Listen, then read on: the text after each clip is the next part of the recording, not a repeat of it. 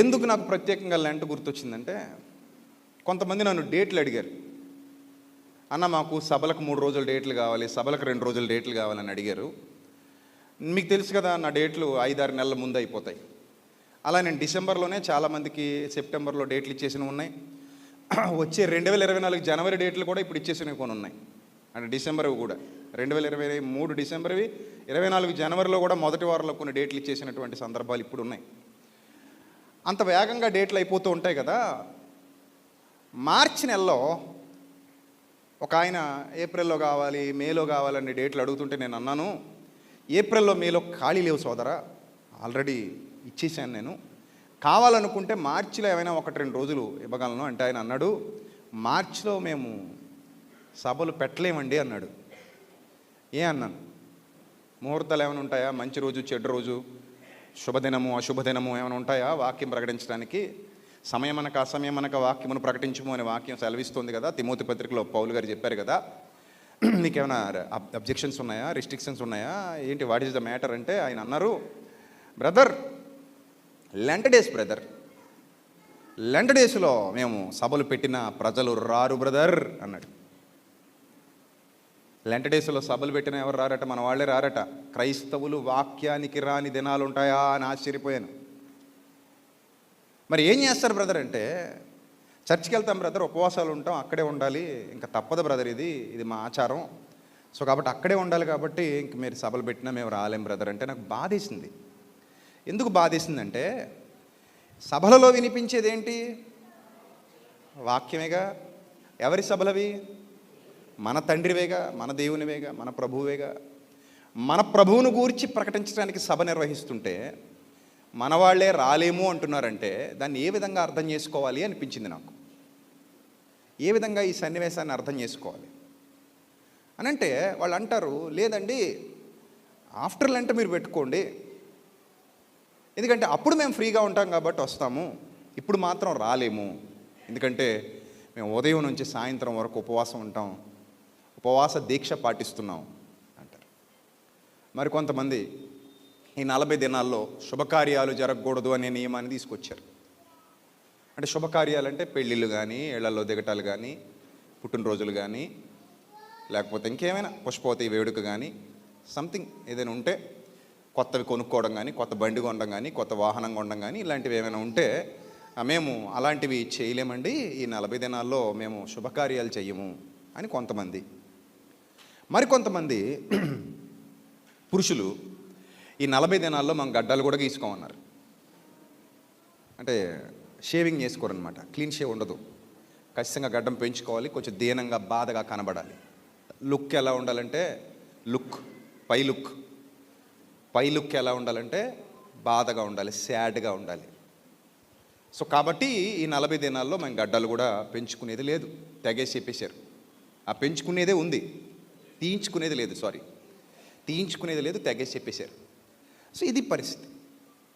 మంచి బట్టలు కట్టుకోము, అంటే కాస్ట్లీ చీరలు కానీ, కాస్ట్లీ వస్త్రాలు కానీ ధరించేది లేదు. ఈ 40 దినాలు సెపరేట్ ఉంటాం. ఓకే చెప్పారు. విన్నప్పుడు నేను అన్నాను, మరి మేము క్రైస్తవులమే కదా, మేము ఎందుకు చేయట్లేదు ఇది? నాకు వచ్చిన ప్రశ్న ఇది. నేను క్రీస్తుని వెంబడిస్తున్నవాడను, నేను ఎక్కడైనా సరే ధైర్యంగా చెప్తాను ఆమె క్రిస్టియన్ అని, నేను క్రైస్తవుని అని చెప్పుకోవడానికి చాలా గర్వపడతాను. నన్ను అవమానించే చోట కూడా నేను క్రైస్తవుని అని చెప్పుకుంటాను. ఒకవేళ నన్ను ఎవరైనా అవమానించాలనుకున్నా సరే అక్కడికి వెళ్ళి కూడా నేను క్రైస్తవుని అని గర్వంగా చెప్పుకుంటాను. ఒకవేళ ఎక్కడైనా క్రీస్తుకి అవమానం కలిగే పరిస్థితులు వచ్చి, అది నా బంధువర్గమైనా, నా స్నేహితులైనా, నా చుట్టుపక్కల వారైనా, నా ఎవరైనా సరే క్రీస్తుని అవమానపరిచే పరిస్థితులు ఎక్కడైనా తలెత్తినా కూడా నేను అక్కడికి వెళ్ళి మాట్లాడతాను, నా క్రీస్తు పరిశుద్ధుడు, నా క్రీస్తు గొప్పవాడు, నా క్రీస్తు లాంటి వారి ప్రపంచంలో ఎవరూ లేరు, ఆయన పాదాలకు సరిపోయేవారు కూడా, ఆయన పాద ధూళికి సరిపోయేవారు కూడా నా దృష్టిలో ఎవరూ లేరు, అంత పరిశుద్ధుడైన, అంత యథార్థవంతుడైన, అంత నీతిమంతుడైన అలాంటి క్రీస్తును నమ్మినందుకు నేను చాలా గర్వపడుతున్నాను, అలాంటి క్రీస్తును వెంబడిస్తున్నందుకు నేను చాలా గర్వపడుతున్నాను, అలాంటి క్రీస్తును నా భుజాల మీద మోస్తూ ఊరూరు తిరుగుతున్నందుకు నేను చాలా సంబరపడుతున్నాను, నా జీవితమే ధన్యమైందని చెప్పుకుంటూ ఉంటాను. నా ప్రభు అంటే నాకు అంత ఇష్టం, నా ప్రభు అంటే నాకు అంత ప్రేమ. ప్రభువుని అంతగా ప్రేమిస్తున్నాను, నేను ఎందుకు ఈ 40 దినాల ఉపవాసాన్ని పాటించట్లేదు? నాకు వచ్చిన ప్రశ్న. నాకు ప్రశ్న వచ్చిందంటే నేను ఎప్పుడు కూడా ఎవరిని అడుగుతాను తెలుసా? నాకు ముఖ్యమైన వ్యక్తి ఉన్నారు. నాకు ఎనీ డౌట్స్ వచ్చినా ఎప్పుడైనా సరే కాల్ చేస్తాను. కాల్ చేస్తే నా డౌట్స్ అన్నీ క్లారిఫై చేస్తారు. నాకు వాక్యాన్ని నేర్పించారు, ఇప్పటికీ నేర్పిస్తూనే ఉంటారు. ఆ వ్యక్తి ఎవరో తెలుసా? బైబిలు, దేవుని వాక్యం, యేసుక్రీస్తు. సో ఎప్పుడు ఏ డౌట్ వచ్చినా నేను వెతుక్కునేది బైబిల్లోనే. ఎందుకంటే ఈరోజు నేను ఈ స్థితిలో ఉన్నానంటే దానికి కారణం బైబిలే. లేకపోతే మీనింగ్లెస్ లైఫ్ నాది, మీనింగ్లెస్. అలాంటి యేసుక్రీస్తును ముందు పెట్టుకుని ఆ యేసుక్రీస్తు ద్వారా నేర్చుకుంటున్నటువంటి నేను, నాకు వచ్చిన ఎనీ కైండ్ ఆఫ్ డౌట్ నేను బైబిల్ని అడిగితే, ప్రభువా 40 దినాలు నేను ఉపవాసం ఉండాలా ప్రభువా, ప్రభువా నేను ఉండాలా ప్రభువా, చెప్పు ప్రభువా, నువ్వు ఉండమంటే ఉంటాను ప్రభువా అని అడిగాను నేను ఆయన్ని. అడిగితే ఆయన అన్నారు, ఉండక్కర్లేదు నాయన అన్నారు. అందుకే నేను ఉండట్లేదు. ఇది నిజం. ఉండమని నువ్వు చెప్తే నేను ఉంటాను ప్రభువా, నీ మాట కాదనే ధైర్యం నాకు లేదు, నీ మాట కాదని ఏ పని చేసేటువంటి శక్తి కూడా నాలో లేదు, నేను ఉండనలాగా. ఒకవేళ నీ మాట కాదని ఏదైనా తప్పు చేసినా మీ పాదాలు పట్టుకుని క్షమాపణ కోరుకుని, మారు మనసు పొంది క్షమాపణ కోరుకునే మంచి హృదయం నాకుంది. అదే హృదయం కలిగి ఉండమని అందరికీ నేర్పించే బోధన అది కనుక నేను మీ వాక్యానికి వ్యతిరేకంగా ఏది చేయలేను కనుక ప్రభువా ఏం చేయమంటావు ప్రభువా అంటే, ఆయన అంటారు 40 దినాలు ఉండాలన్న నియమం ఇది ఈ టైంలోనే, మార్చి ఏప్రిల్లోనే మీరు ఉండాలన్న నియమం అయితే నేను పెట్టలేదు నాన్న. నేను పెట్టలేదు కాబట్టి నువ్వు ఖచ్చితంగా ఇది ఆజ్ఞగా తీసుకోవాల్సిన అవసరత లేదు, సో ఆజ్ఞగా నువ్వు చేయాల్సిన అవసరత లేదు అని ప్రభు నాతో మాట్లాడతారు. వాక్యాన్ని అడిగితే నా ప్రభు నాకు చెప్పేది అదే.